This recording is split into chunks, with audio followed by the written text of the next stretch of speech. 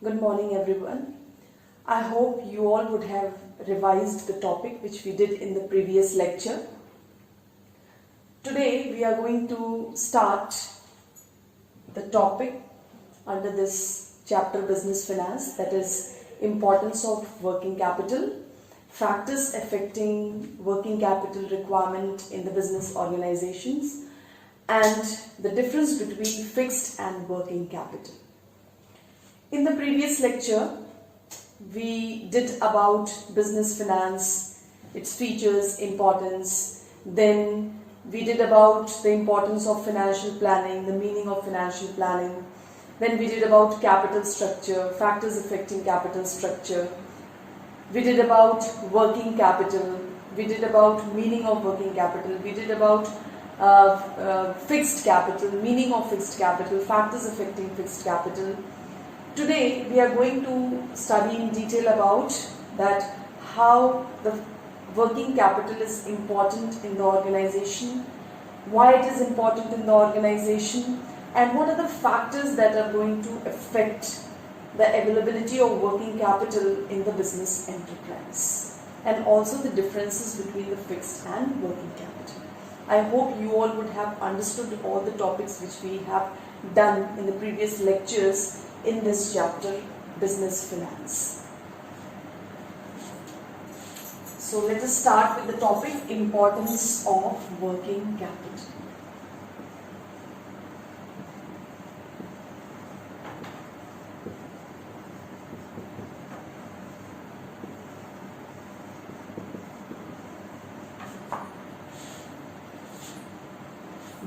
The very first importance of working capital is timely payment of dues.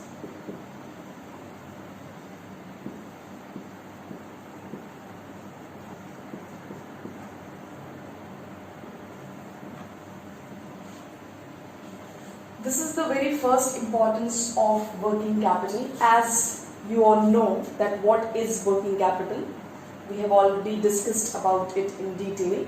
That working capital is a capital which is required in the business organization to meet the day-to-day expenditure.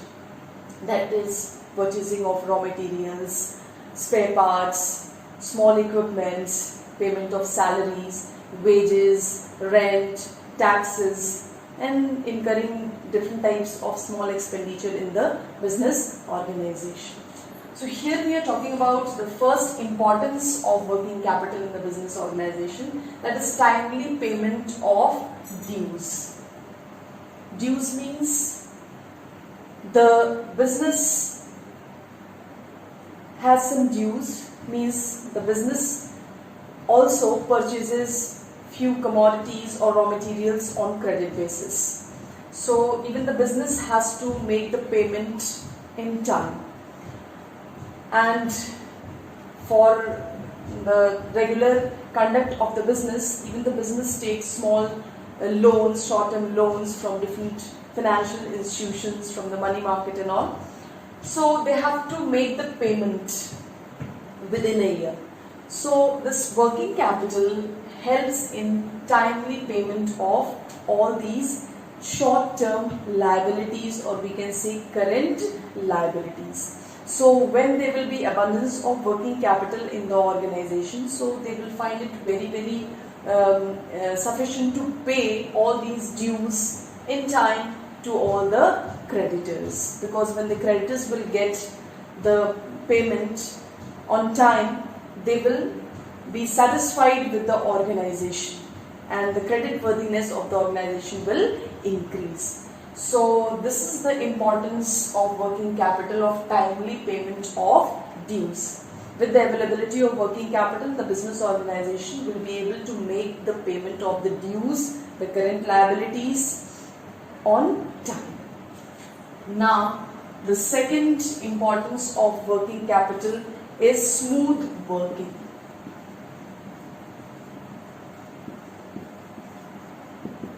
Smooth working.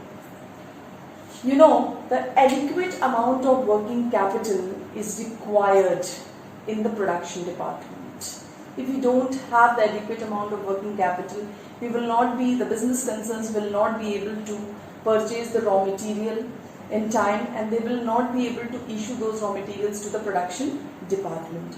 So for the adequate functioning and in the organization, and for the flow of production and distribution uninterrupted, working capital is very, very necessary in the organization. It helps in the regular production of the commodities and regular distribution of the commodities without any interruption. So these availability of working capital in the organization helps in the smooth functioning, smooth working of the business organization. The business organizations, with the help of this working capital requirement, they can make the payment, they can for different expenses, they can purchase the raw material, they can issue that raw material to the production department so that the production will also not be hampered. They can timely distribute those products to the consumers, because it is the most important objective of any business organization to distribute the products to the customers in time and at reasonable price. So this is one of the importance of working capital, that the availability of working capital helps in the smooth functioning and smooth working of the business enterprise. Now let us see what the third point says. The third point is high credit worthiness.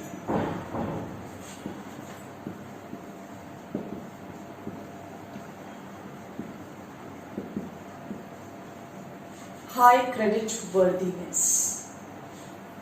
I hope you all must be understanding the meaning of this credit worthiness.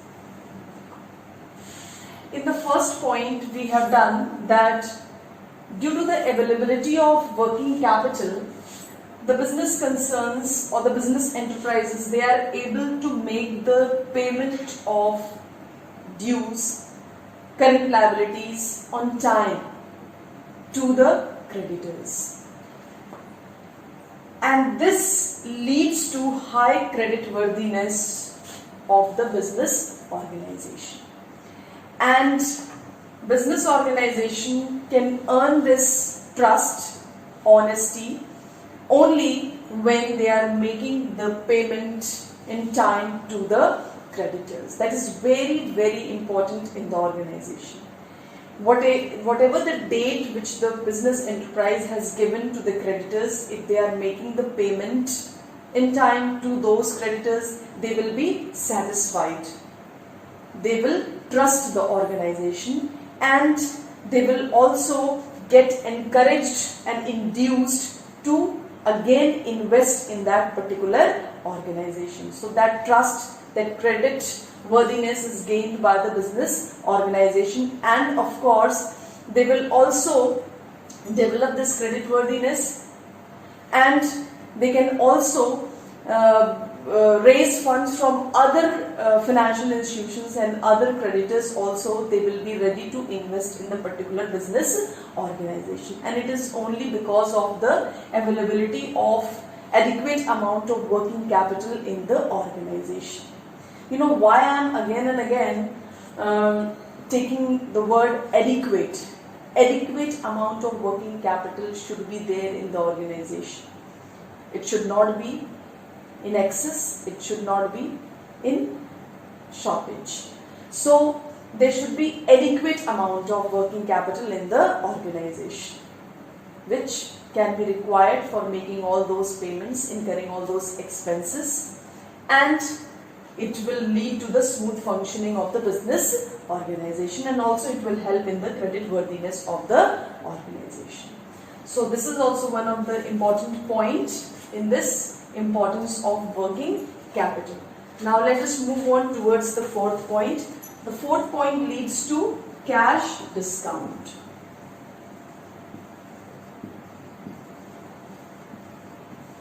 Now I hope everybody must be understanding what is cash discount. You have trade discount, you have cash discount. Cash discount is given on by the suppliers on prompt payment. So when the business concerns, they are purchasing the raw material from the suppliers, so they can take the advantage of this cash discount. The advantage of this cash discount. They can take the advantage of this cash discount by making the prompt payment. Now, how can they make the prompt payment? When there will be the availability of working capital, the sources of working capital will be there in the organization, with the organization, so they can make the payment immediately to the suppliers and they can avail those opportunity of cash discount. So this is also one of the importance of working capital, that with the help of the availability of working capital, adequate amount of working capital in the business organization, the business organization, business enterprise, they can avail cash discount from the suppliers by making the prompt payment for purchasing the raw materials. Normally the business concerns, they have many options. They can purchase those raw materials on credit basis also, but it is very difficult for the new concerns to purchase the raw materials on credit basis. So mostly the new concerns, they purchase those things on cash basis only. So they will have to make the arrangements of working capital in the beginning. Now let us move on towards the fifth point, that is availing business opportunities. That is the fifth point.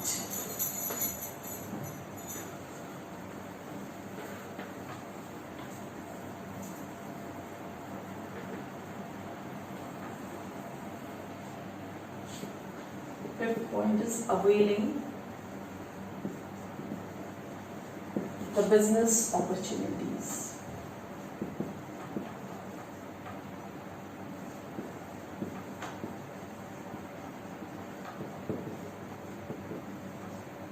Availing the business opportunities.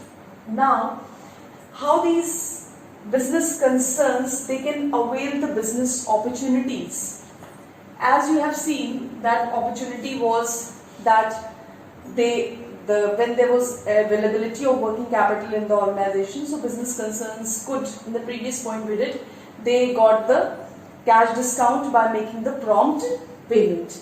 Likewise, here also the business concerns, if they are having the adequate amount of working capital in the organization, they can make payments for the raw materials in advance and they can take the advantage of discounts, and they can also take the advantage of offers which are given by the different suppliers. There are different suppliers, those who are supplying the raw materials, they are available in the market, and if the business concerns, they are having the adequate amount of working capital, then only they can take those business opportunities or avail those business opportunities. There are many suppliers, they give different types of offers. So the business concerns, those who are having enough working capital in the organization, adequate amount of working capital in the organization, sufficient amount of working capital in the organization, they are able to avail those opportunities. They are able to purchase those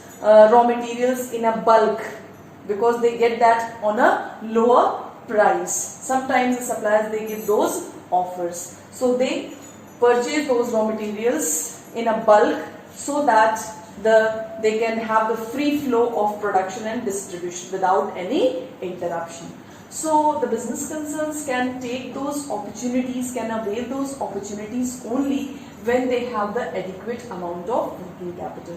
If they don't have the availability of those adequate amount of working capital in the organization, so at that particular moment when the suppliers, they are having those schemes and offers, the business concerns will not be able to avail those opportunities. They will miss those opportunities and it will switch over to the other business concerns.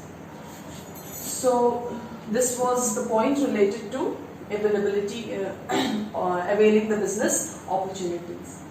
Now the sixth point is related to good relations with employees. Good relations with employees. good relations with employees. This is the sixth point. Now, how can you say that how good relations can be maintained with the employees? As we have seen right from the first point, second, third, fourth, all these points you have seen that when there will be availability of working capital, adequate amount of working capital, the business concerns, they will be able to make the payment, the dues in time. That will help in the smooth functioning of the working of the business organization. The production will not be hampered. The availability of raw materials, sufficient raw materials will be there. The goods will be produced in time. It will be distributed to the customers in time. The creditworthiness of the business will increase. They will be able to take the advantage of cash discounts. They will be able to take the advantage of those schemes and offers made by the suppliers. So all this will lead to what? To the efficient utilization of resources, and that efficient utilization of resources will lead to increase in the productivity, and increase in the productivity will lead to increase in the profitability situation of the business organization, and that will lead to the financial soundness situation in the business organization. The business organization will be financially sound. There will be greater possibilities of growth and development in the business organization. That is going to enhance its investments, and that will be very, very profitable for the business organization. So in that relation, if we talk about, that will help in developing the good relations with the employees. Now, with the good amount of profit in the business organization, they will pay the salaries and wages in time to the employees. They may also give bonus, other incentives, other medical facilities and other facilities they can give it to the employees. And it is just because of the proper and smooth functioning of the business organization, that is with the help of the availability of working capital in the organization. So when the employees will be satisfied, the business concerned, they will be able to maintain the good relations with the with their subordinates, with their employees, and that will help in the profitability of the business. That will increase, and that the business organization, that will prosper, because when the employees will be motivated, they will have good relations, they will be satisfied, then they will work with greater efficiency and effectiveness. They will give their 100%. And that is possible only when there will be adequate amount of working capital in the organization. Their salaries, their wages, their incentives, other facilities will be given on time to the workers. Now, the next, that is the seventh and the last point in this, is timely payment of dividends.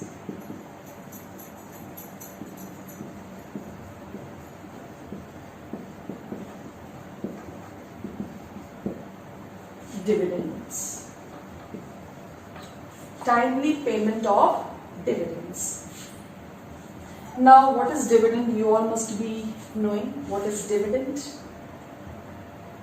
Dividend is a part of profit which is given to the shareholders. In the next chapter, that is long-term financing, that is the third chapter which we will start. In that we will do in detail about what is this dividend is.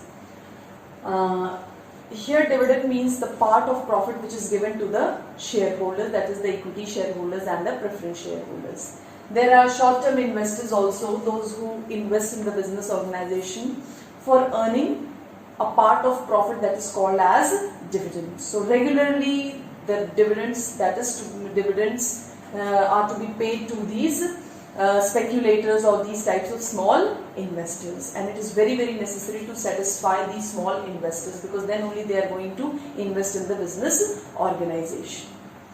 Now, if timely the firms, they are paying dividend, dividend is not compulsory, though the firm is making profit, but it is not compulsory for the firm to pay.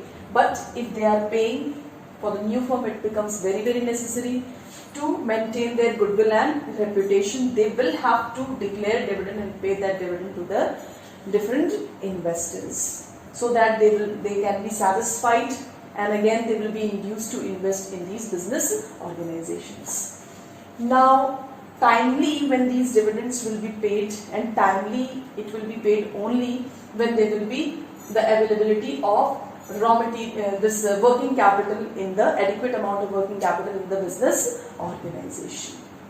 So, in all these points, you have seen that how this working capital helps in the smooth functioning of the business organization, how it is helping in maintaining the relations with the employees, how it is helping in maintaining the relations with the investors, how it is helping in taking all those business opportunities, availing all those business opportunities. So this is the importance of working capital in the organization, and that is why the business concerns, they should maintain the adequate amount of working capital in the organization. Neither there should be shortage, neither there should be excess amount of working capital in the organization. Adequate amount of working capital should be available in the organization, and that will be very, very fruitful for the success of the organization. Now, these were the points related to importance of working capital. Next topic under this working capital topic, that is factors affecting working capital. So let us start with the next topic, factors affecting working capital.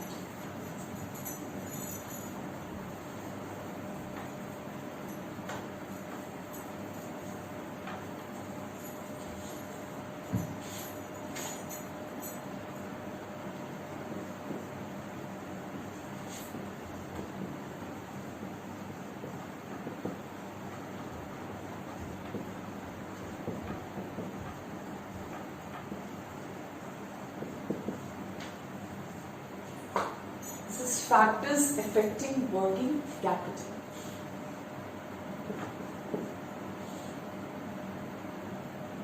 As you know, working capital is very, very important in the organization, but there are certain factors which that should be taken into consideration while deciding the availability of working capital in the organization, that is the business enterprise.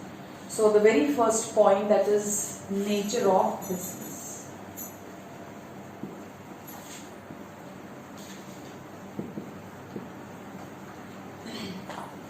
Now this nature of business. Yesterday also I discussed about there are different types of business concerns. Some are manufacturing business concerns, some are trading business concerns, some are producing large, some are engaged in large scale enterprises, they are company form of organization. Some are engaged in small type of business organization like it, which is run on a sole proprietorship, like cottage industries, tiny industries. Mostly they are engaged in trading concerns, that is the business of buying and selling, and many are engaged in service sectors. So it depends that on what type of business the people are engaged in and what type of nature of business they are doing. That will depend, this availability of working capital will depend more on that. So under this, if it is a manufacturing concern,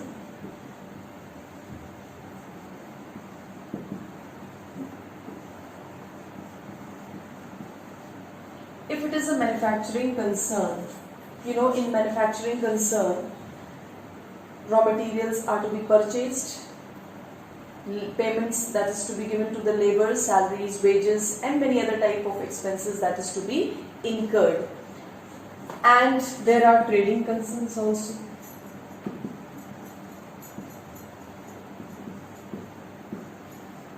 There are concerns providing public utilities,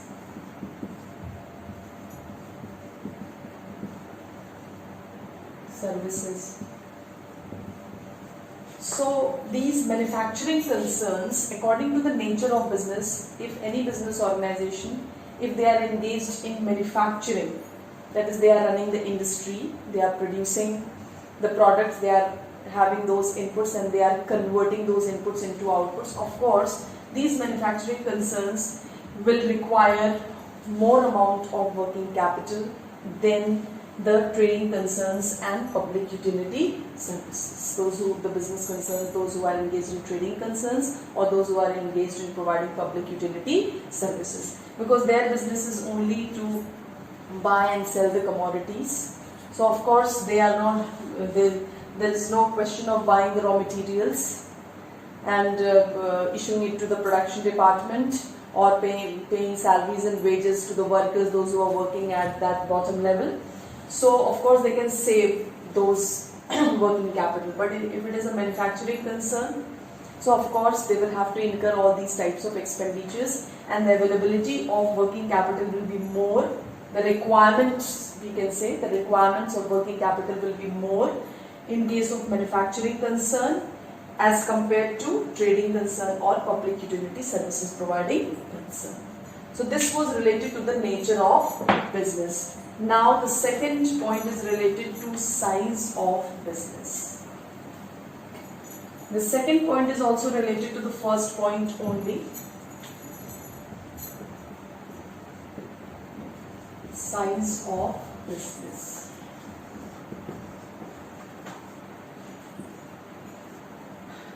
Now, if we talk about size, it will be large scale industries, small scale industries.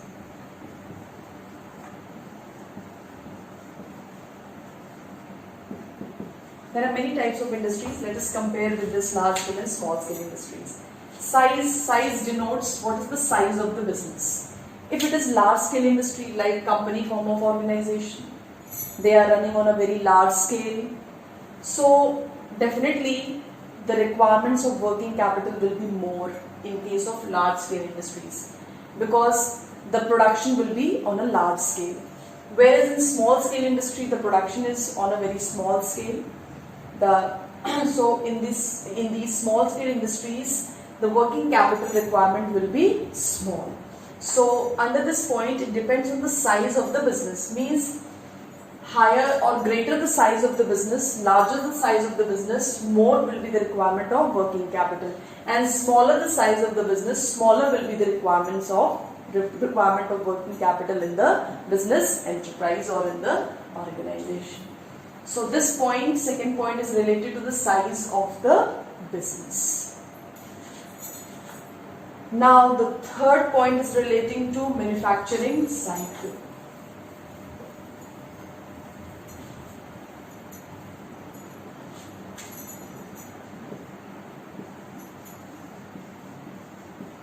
Manufacturing cycle. Now, if you remember yesterday, we did about the cycle. That is the cash. Then with this cash, raw material was purchased. Then with this raw material, it was transferred to work in progress. Then with this work in progress, it was converted into finished goods. And this finished goods, then again it was sold on credit, so receivables were created. It can be called as bills receivables. I am writing in short because yesterday only I have made this. And again this bills receivable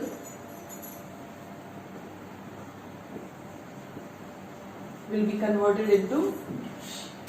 Now the manufacturing cycle of the business means the process or the procedure of conversion of input into output. In that cycle, manufacturing cycle, here we are talking, this is not manufacturing cycle, this is total operating cycle. Manufacturing cycle means the time at which the raw material is issued to the production department, and after that when it comes out, when this raw material and these three, this raw material till finished goods. What is the time taken by when the raw material is issued to the production department and when it is converted into finished goods? Means from raw material till finished goods. That is the conversion time. If this conversion time is more time is taken, so the working capital requirement will be more. And if this conversion time is less, means the raw material is converted into finished goods, means it takes less time to convert the raw material into finished goods. So in those organizations, the lesser amount of working capital will be required. In big business organization, different products are there like automobile industries, iron and steel industries, cement industries, petroleum industries. So these are the big large scale industries where it takes a lot of time to convert the input into output. There are a lot of procedures of refining petroleum. It is refining and all those, so different stages are there in that, so it takes a lot of time. Whereas in small scale industries, like you have many small scale industries over here in Gorakhpur also, like Parle-G factory, different flour mills are there. So in all those small scale industries, the time of converting the raw material into finished goods is less. Of course it will be less in small scale industries, it will be less in large scale industries, it will be more. So if the manufacturing cycle, that is the raw material is converted into finished goods, if it is taking more and more time, so the more raw material will be required. And if the conversion time is less, then less amount of working capital will be required in the organization. So you have to remember over here that if the manufacturing cycle is long, so in that situation the working capital requirement will be more. But if the manufacturing cycle is small, in that condition the working capital requirement will be less. Now the next point is rapidity of turnover.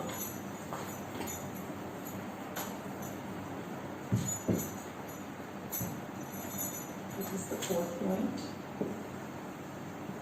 Rapidity of turnover.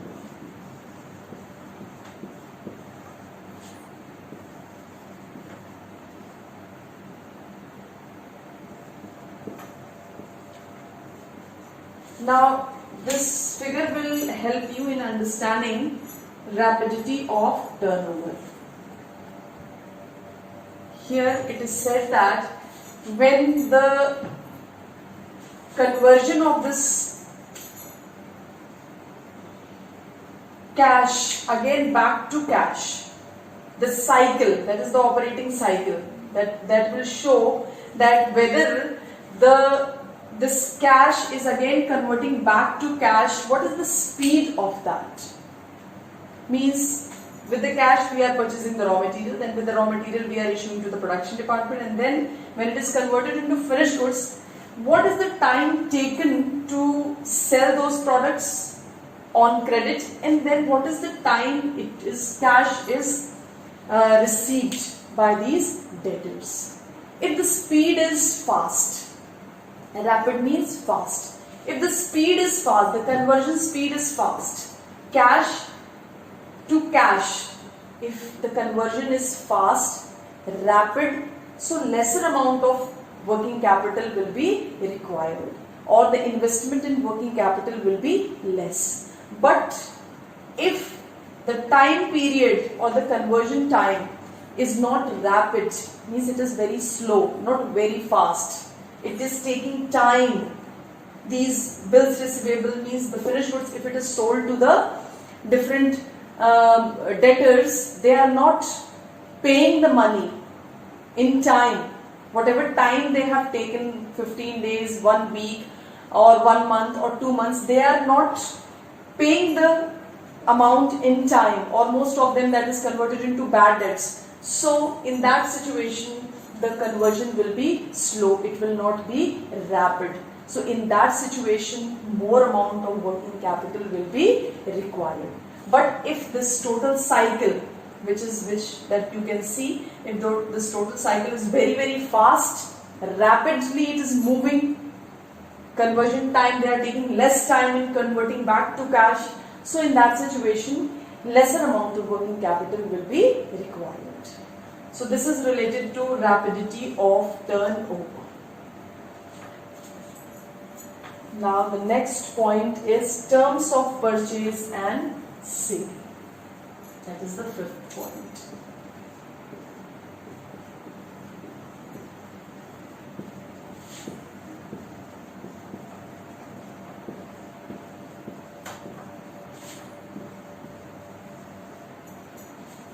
terms of purchase and sale. Here there are different conditions of purchasing and sale. They can be the manufacturer, they can buy the goods and services, or the business concerns, they can buy the goods and services on cash basis and they can sell it on credit basis. Means buying goods and services on cash basis and selling on credit basis. This is the first condition. Then the second condition can be under this.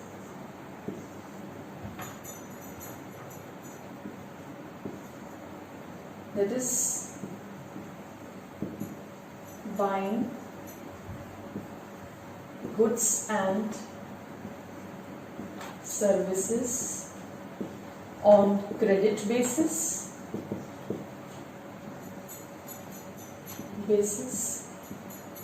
and selling it on cash basis. So I hope you have understood this. Buying on cash basis and selling on credit basis. Here it is buying on credit basis and here it is selling on cash basis. Now these are the two conditions, and if you will understand these two conditions, it will be very easy for you to understand this terms of purchase and sale. How this factor will affect the availability of or the requirement of working capital in the business organization. Now if you see, if the business organization, they are buying the goods and services, suppose it is a trading concern, you can take the example of trading concern. Suppose they are buying the goods and services on cash basis. They have to invest cash first and then they are selling it that on credit basis. So of course they need a larger amount of working capital to purchase the commodities on cash basis, and when they are selling, they are not getting the cash immediately, but they are selling it on credit basis. So they need more and more working capital to maintain the balance. Whereas the trading concerns, those who are buying the goods and services on credit basis, they are getting the facilities, the suppliers are satisfied, their credit worthiness is there, and they have maintained their goodwill and reputation. So they can get the goods and services on credit basis from the suppliers. But when they are selling it, they are mostly selling it on cash basis. So of course, these types of business concerns, those who have this second type of facility, so here less amount of working capital will be required. So in this first condition, more working capital will be required. More working capital will be required.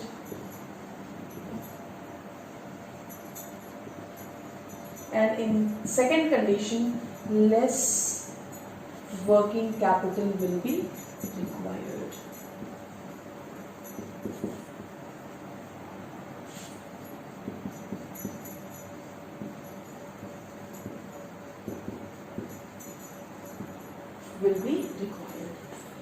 So this is the factor, that is terms of purchase and sale. If the business concerns, they are following the first category, that is purchasing the goods and services on cash basis and selling it on credit basis. So in that situation, more amount of working capital will be required. But if the business concerns, those who are buying the goods and services on credit basis and selling it on cash basis, for them lesser amount of working capital will be required. Normally, the first condition is with the new firm. Because the new firm, they don't have that goodwill and reputation in the market. They don't have that credit worthiness, the suppliers, the investors, they don't know. All are new.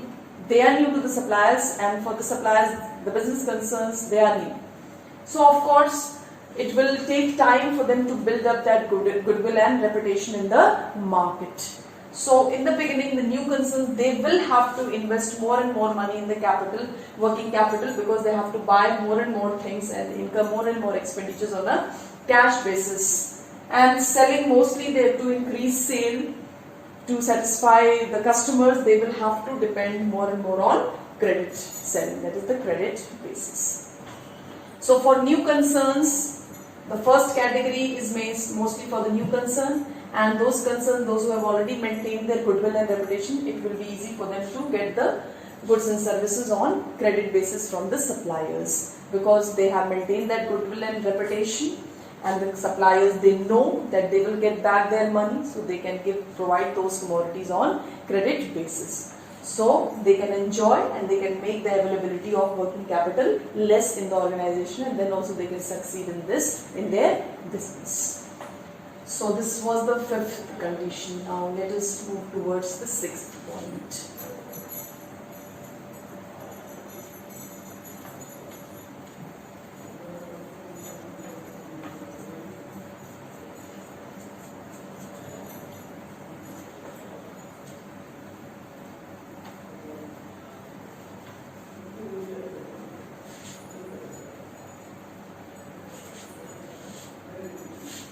The sixth point is credit policy.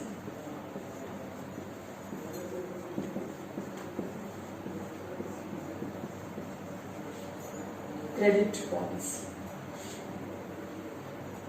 Now, two types of credit policies can be there: liberal and strict. Strict liberal credit policy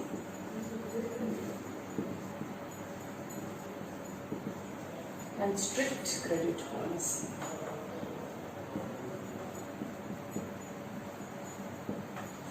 So the firm which they are having the liberal, they are lenient in providing the credit facilities.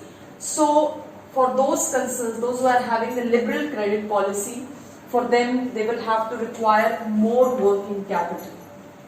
More working capital will be required.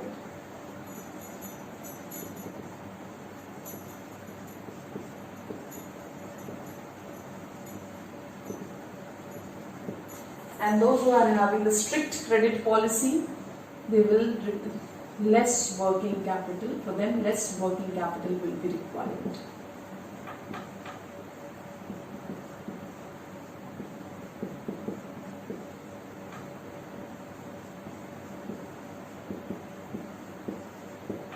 So according to the sixth point, those business organizations, those who are having the liberal credit policy, means they are lenient. So for them, they will have to maintain the availability of more and more working capital to meet the other contingencies. Whereas those business concerns, those who are having the strict credit policy, they can have the recovery very soon, and the working capital requirement in those types of firms will be less, because the credit policy is very, very strict in that organization. So this point was related to the strict or liberal credit policy. So according to this credit policy also, that is also one of the important factors that is going to affect the availability or the requirements of working capital in the business enterprise. Now let us move on towards the seventh point. The seventh point is related to operating efficiency.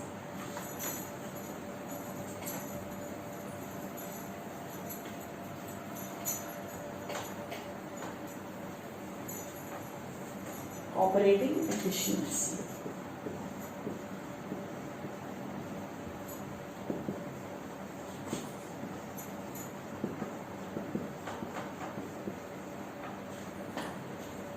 The seventh point is relating to operating efficiency.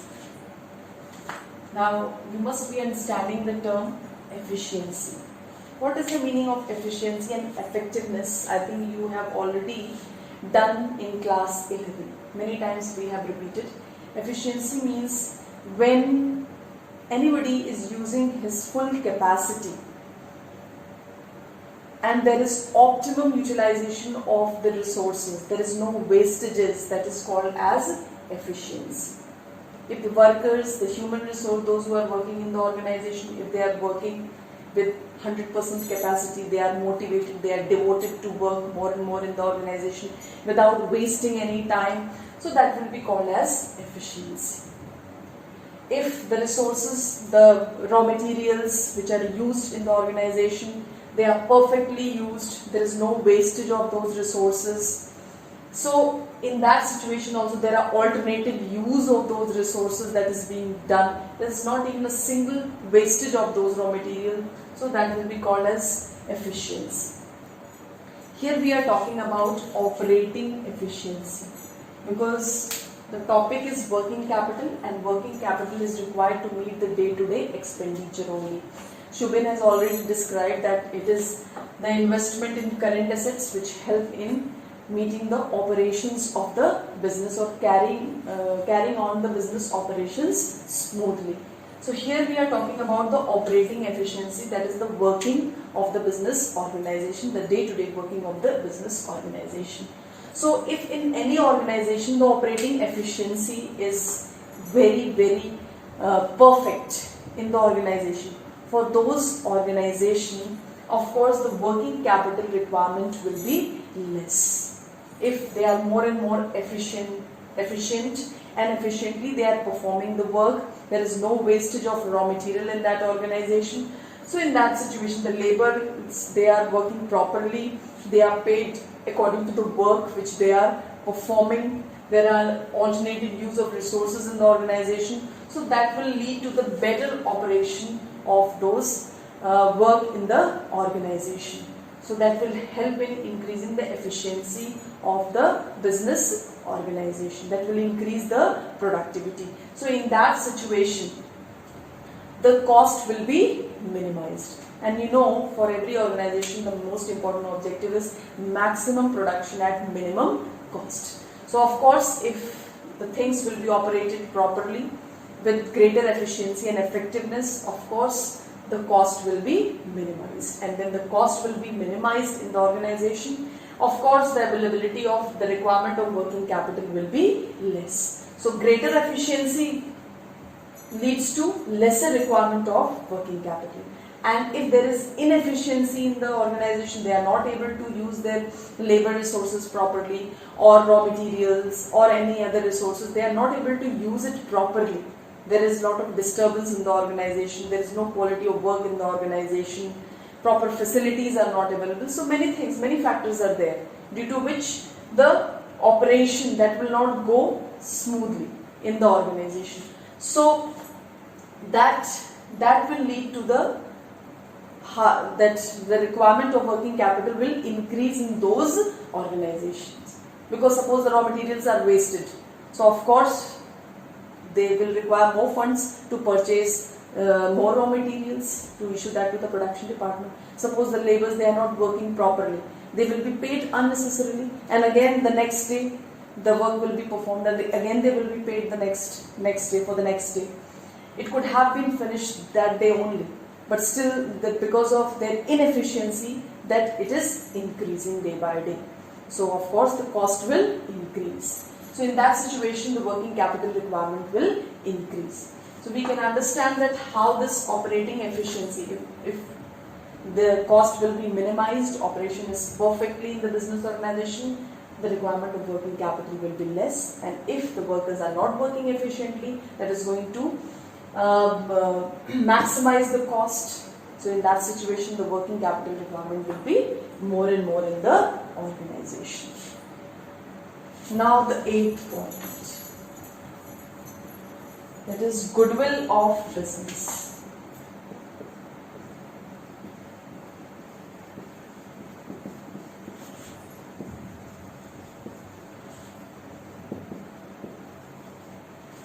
We have already discussed in the previous points goodwill of the business. I hope you all must be knowing what is goodwill. That is the good name, fame, reputation of the business organization, the image of the business organization, that is called as goodwill of the business. We have already done in the importance of business, that is working capital. we have done that if the business organization, they are perfectly doing their work, they are using their resources properly, they are making the payments to the creditors on time, they are satisfying their employees, they are satisfying their investors, giving dividend to the investors on time, giving interest to the other creditors on time. So that is going to satisfy everybody, the investors, the creditors, the employees, those who are working in the organization, and of course the customers. So that will help in increasing the goodwill and reputation of the business organization. So if the goodwill and reputation of the business organization, that they have maintained that image in the business, so it will be very easy for them to get short-term loans from different financial institutions. And then in that situation, the requirements of working capital will be less. And this benefit can be availed by the ongoing concerns, not by the new concerns, because for the new concerns, still they have to maintain their goodwill and reputation. So it is beneficial for the, that is, ongoing concern, those who are already existing, have already made their position in the business organization. So that goodwill and reputation will help the firm in raising funds from short-term funds from other commercial banks and other financial institutions. So in that situation, the working capital requirement will be less.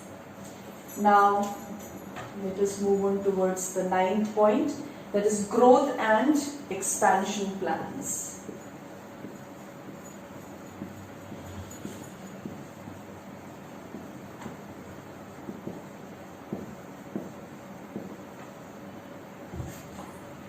Growth and expansion plans. If the firm or the business enterprise, if they are having their plans for expanding their business, for enhancing their activities, if they have decided to engage themselves in producing other different varieties of products, that is, they are thinking about the diversification of the business, expansion of the business, they are going to increase their product line. So in that situation, the working capital requirement will be more. If there are possibilities of growth and expansion for the business, they are going to expand their business, their operations, then in that situation, of course, the working capital requirement will be more and more in those organizations. And only the financially sound business organization, those who are earning adequate profit, they are financially sound, the employees, the investors, all they are satisfied, only those organizations, they can think of this expanding their business operations. So in that condition, of course, the requirement of working capital will increase. Then the 10th point, that is seasonal variations.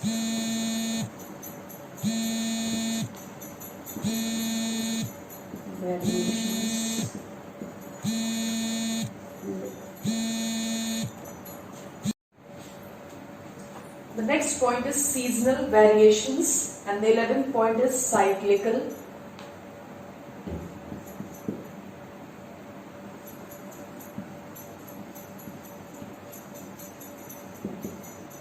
Cyclical fluctuations. Now the seasonal variations,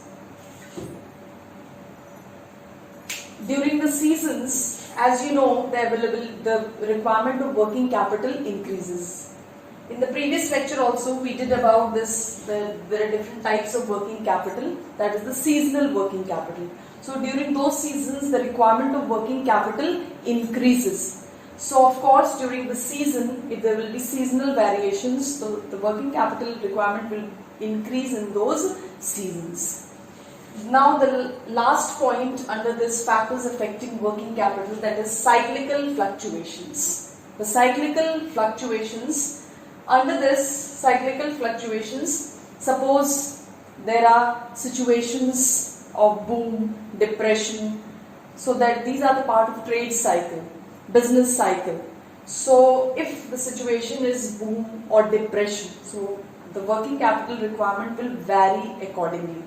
Suppose if it is a boom situation, So in that situation, boom situation, the working capital requirement will be more and more because the production investment is more in those situations. Whereas in the depression situation or recession situation, of course the demand is very very less, so the production will also be less. So in that situation the working capital requirement will be less.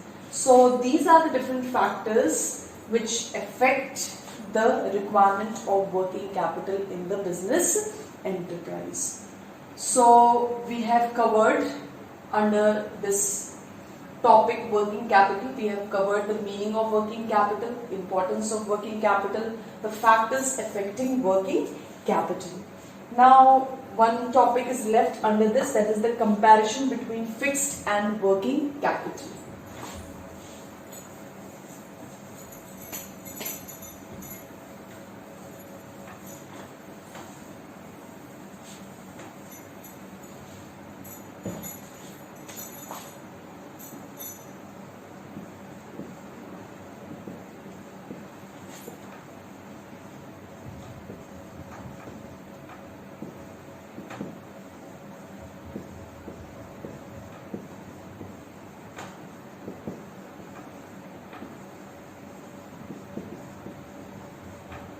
Comparison between fixed and working capital. There are different bases under which the fixed and working capital they are compared.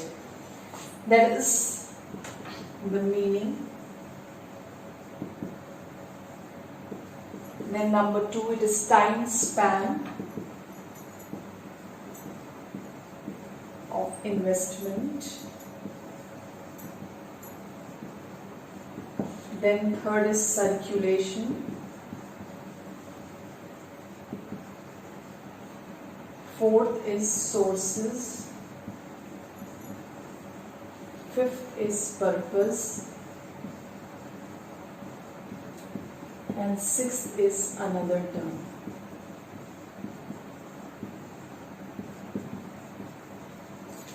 Let me tell you one thing.